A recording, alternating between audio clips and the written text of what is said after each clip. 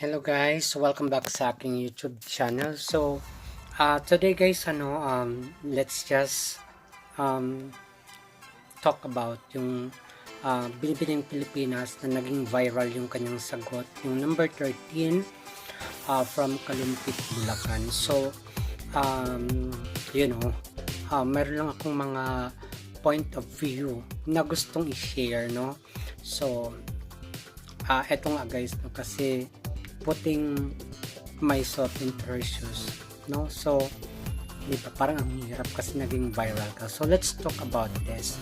So, let's just watch yung video muna, no, para magkaroon tayo ng idea. So, I'm gonna flash it on the screen. 13, covered in pearls. Kindly pick the name of your judge. Thank you, Miss Catriona. You have chosen Miss Gloria Diaz. Good evening. Good evening, Miss Gloria Diaz. Number 13. What do you think? What physical asset do you have that should make you win Binibining Pilipinas? As a beauty queen and as a woman of vision, I am here to present you the best version of myself despite of having a pivotal losses. 8 days ago, my grandmother died, and I hope and I know that she is in heaven watching me and proud of me that she has the best seat in heaven watching me over. Thank you. What physical asset do you have? What physical asset I have is I am beautiful. Aside from that, I have a mission and vision in life that makes me apart from the other candidate. Thank you. Thank you, candidate number 13. Leave it. So, yun na nga guys, according to her, meron siyang pinagdaanan kasi 8 days ago raw ay namatay yung kanyang grandmother. So, given the situation na one of your loved ones has passed away, so of course, bilang tao, affected tayo dyan, no? So, lalo na yan, na nawalan ka. So, it's really, it really affects you, especially sa competition, because you need to be physically, emotionally, and mentally prepared. So, I agree doon, affected. But, pwede naman sanang maiwasan yun, no?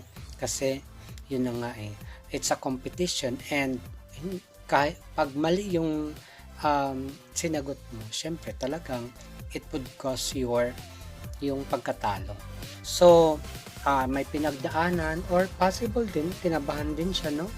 So, that's what I feel. And then, the type of question that has given by Gloria Diaz is kind of personal, and with that question, there is no right or wrong answer, but make sure to make a stand. Like, for example, if I would be asked what part of my body, na asset ko siya, that I think I have an edge among contestants. So, before, nung hindi pa ako guys nagkaroon ng injuries, yung tit ko maganda yan, especially yung upper part. So, that's one of my assets. Kasi, you have to just defend, or you just have to provide information. So, yan yung asset ko noon, no? But right after the incident, ayan, wala na. So, ganon. Now, ano ba ang dapat gawin kapag may pinagdaanan ka, no? So, valid reason ba to na para sabihin mo ma-carried away ka, lalo na sa question and answer? Kasi imagine mo nandun ka na sa part na yun, sayang, what, ang ganda pa naman niya, sayang lang talaga. So, ito lang dapat ang tandaan, no? Kasi sometimes, anong nangyari sa akin yan nung nag-join ako sa Miss Gay sa Philippines. So, namatay yung ate ko, then malapit na yung competition. So, pagdating sa sagutan, kasi kailangan aware ka. So, yun na nga, number 1, hindi kasi reason yun na may pinagdaanan ka.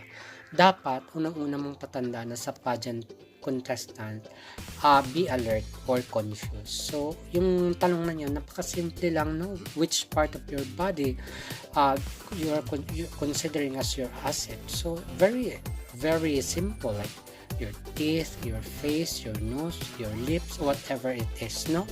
So, ganun lang sana yun. Napakasimple lang. Kasi, yung time na yun, there is no room for mistake. Kasi, di ba, what's the sense? May mga judges. And that's the Q&A part, no? So, kung ipapanalo ka naman nila, sila naman ang mababash. So, number 1, be alert or conscious. Number 2, there is no room for mistake. And number 3, na-notice ko lang, no, parang scripted or na-memorize na yung parang pinaghandaan niya yung kanyang sagot. Kaya hindi nag-match doon sa tanong ni Gloria. So, avoid scripted or memorized answer, no? So, let's say, nag-aral ka na mayroong yun ang gusto mong sabihin. However, hindi siya parallel doon sa question. So, it's a no-no talaga. Talagang, don't expect talaga na makakausad ka sa next round. And then, just try to be yourself, no? It's okay not to be okay, diba? It's okay to feel sad, no? Mas paano, but just be yourself, no? Wag nang mag-script, wag nang mag-memorize, na dalhin mo sa table yung sagot na yon. At yun ang ikaka-Los Valdez mo. So, yun na nga, to sum up, naging viral siya, but to me, that video goes viral, pero parang negative yun, kasi nakatatak na yun sa isip ng mga tao, na ganun siya. So, di ba, what if, well, kung sasali pa siya next time, make sure na mag-level up siya, kasi mayroon ng, kumbaga may record ka na ganun pagdating sa Q&A, you get there. So, you need to work on pagdating sa communication skills. And then, ano pa ba yung magiging effect nun sa kanya?